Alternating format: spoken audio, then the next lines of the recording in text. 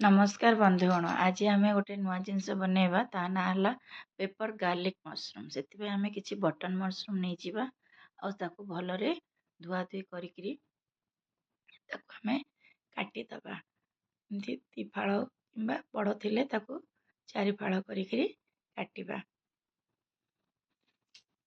Mushroom तो विभिन्न प्रकार बनाती किंतु यहाँ बहुत झटपट बनी जाए जोटा कि शीत दिन में भल लगे गरम गरम खावापाइंका राति आपड़ बन के रुटी परोटा नान सहित खाईपर। कौन झंझट नहीं, बेसी मसला भी लगे नहीं, बहुत अल्प जिनस बन हो जाए मशरूम पेपर गार्लिक मशरूम एमती सब काटिदबा सब जाक। तापर आम आर गोटे नुआ मसला बनइबा। प्रथम किसी आम नहीं जावा रसुण कटा, किसी भुर्सुंगा पत्र कटा, पियाज, कैप्सिकम, किसी कंचा लंका एतिकी जिनस आमको दरकार तार टोटाल ये पकेवाई आउ टिके सुखिला मसला बनइबा जोटा कि आप बनइबा। ये मन रखु रसुण, पियाज, भुर्सुंगा पत्र, कैप्सिकम, किसी कंचा लंका एतिकी नहीं जावा। आम आधा किलो मशरूम पाइंका आम एतिकी नहीं जावा। तापर कढ़ई बसवा से आम कि गोटा गोलमरिच देदबा से टिके गोलमरिचटा गरम हो गला पर आम से किसी पान मोहरी दबा पान मोहरी आउ टिके शेष जीरा टिके देदबा। जीरा देकर आम ताको भलरे भाजीदबा सब जाक भाजी ही गले आम सेटाको आम गुंड करिबा सुखिला गुंड। एटा हला तार मुख्य मसला जोटा कि बास्ना दब फ्लेवर आसीबो।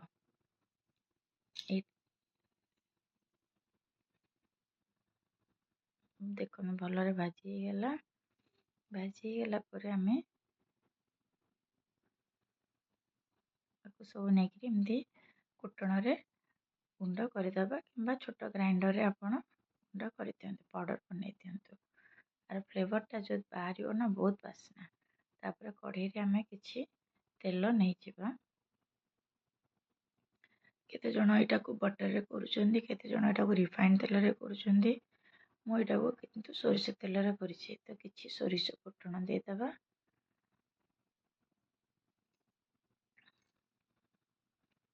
आपण एमती थरे बनै के खांतु बहुत टेस्ट लागिवो। किछि फुटण देला पर भुर्सुंगा पत्र टिके दबा। भुर्सुंगा पत्र टिके फुटी गला पर आम काटी रखिथिबा कंचा लंका टिके देदबा। टिके भाजी हो कंचा लंका टी भाजी हो तापर आम काटिकी रखिथिबा अन्य जिनस जेमतिका हमर रसुण,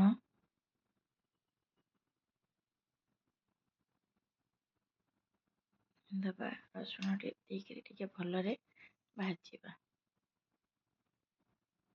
तापर आम कैप्सिकम भी देदबा भलरे टिके भाजी हेले आम कटा होइथिबा पियाज मध्य देदबा। सब देकरी भलरे आम ताको टिके भाजीबा। एमती पियाज टिके नाकु तार कंचा अंशटा जीव भरी से पर्यंत आम टिके भाजीबा।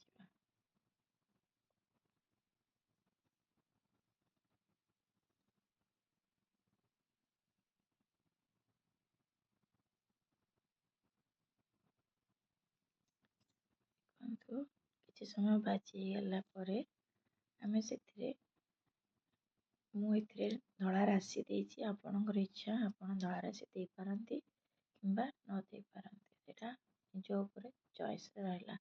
मते जेहेतु राशि टिके पसंद तो मो राशिटा सबुथिरे ऐड करे।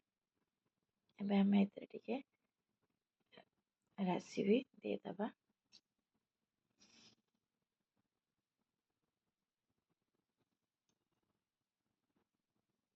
ରାଶି ଦେଇକିରି ମଧ୍ୟ ତାକୁ ଟିକେ ଭଲରେ ଭାଜିଦେବା। ତାପରେ ଯେଉଁ କାଟିକି ରଖିଥିବା ମସରୁମକୁ ସେସବୁ ନେଇଯିବା, ନେଇକିରି ଆମେ ଏଇଥିରେ ପକେଇଦେବା। ପକେଇକିରି ଭଲ ଭାବରେ ଯେଉଁ କଟା ହେଇଥିବା ପିଆଜ, କ୍ୟାପ୍ସିକମ୍, କଞ୍ଚା ଲଙ୍କା, ରସୁଣ ସବୁ ଯେଉଁ ଭାଜିଛେ ଏଇ ମସରୁମ୍ ସହିତ ଆମେ ତାକୁ ଭଲରେ ମିଶାଇବା। ଉପର ତଳ କରିକିରି ଭଲରେ ମିଶାଇଦେବା।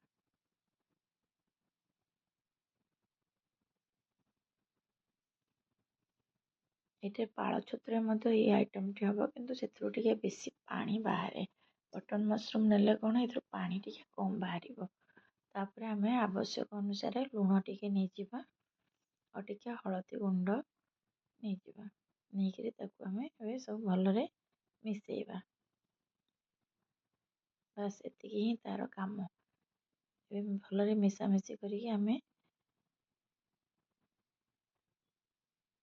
ଘୋଡ଼େଇକିରି ଟିକେ ସମୟ ମସରୁମ୍ଟା ସିଝିଲା ପର୍ଯ୍ୟନ୍ତ ଟିକେ ସମୟ, ବେଶୀ ନାହିଁ 5 ମିନିଟ୍ର କାମ, 5 ମିନିଟ୍ ଭିତରେ ମସରୁମ୍ଟା ଶୀଘ୍ର ସିଝିଯିବ।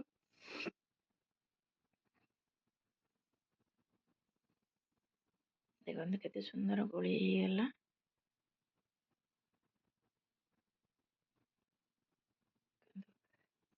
ଟିକେ ସମୟ ଭିତରେ ପାଣି ତା'ର ଟିକେ ପାଣି ବାହାରିବ। ସେ ପାଣିଟି ଶୁଖିଲା ପର୍ଯ୍ୟନ୍ତ ଟିକେ ଆମେ ଭାଜିଦେବା। ଏ ଆଇଟମ୍ଟା ଟିକେ ଡ୍ରାଏ ହୁଏ।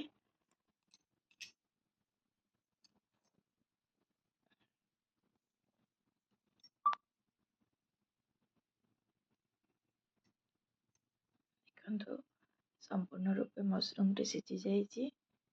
ଏବେ ସେଇ ଯେଉଁ କୁଟିକି ରଖିଥିଲେ ମସଲା ଗୁଣ୍ଡ, ଯେଉଁ ଗୋଲମରିଚ, ପାନମହୁରି, ଜିରାର ଯେଉଁ ଗୁଣ୍ଡ କରିଥିଲେ ସେଥିରୁ ଆମେ 2 ଚାମଚ ପକାଇଦେବା। ନିଜର ଆବଶ୍ୟକ ଅନୁସାରେ କ୍ୱାଣ୍ଟିଟି ଦେଖିକିରି, ମସରୁମ୍ର କ୍ୱାଣ୍ଟିଟି ଦେଖିକିରି ଆପଣ ପକାଇଦେବେ। ପକାଇକିରି ଭଲ ଭାବରେ ସବୁ ମିଶାଇଦେବା। ଆଉଥରେ এই ଆଇଟମ୍ଟି ବନେଇବାକୁ ହାର୍ଡ଼ଲି 10-12 ମିନିଟ୍ର କାମ। ଦେଖନ୍ତୁ ରେଡ଼ି ହେଇଗଲା ଆପଣଙ୍କର ପେପର୍ ଗାର୍ଲିକ୍ ମସରୁମ୍। ଏଇଟାକୁ ଆପଣ ରୁଟି, ପରଟା, ନାନ୍ ସହିତ ମଧ୍ୟ ଖାଇବେ, ବହୁତ ଟେଷ୍ଟ ଲାଗିବ। ଥରେ ଏମିତି ବନେଇକିରି ଖାଆନ୍ତୁ। ମୋ ଚ୍ୟାନେଲ୍କୁ ସବସ୍କ୍ରାଇବ୍ କରନ୍ତୁ। ରହିଲି, ଧନ୍ୟବାଦ।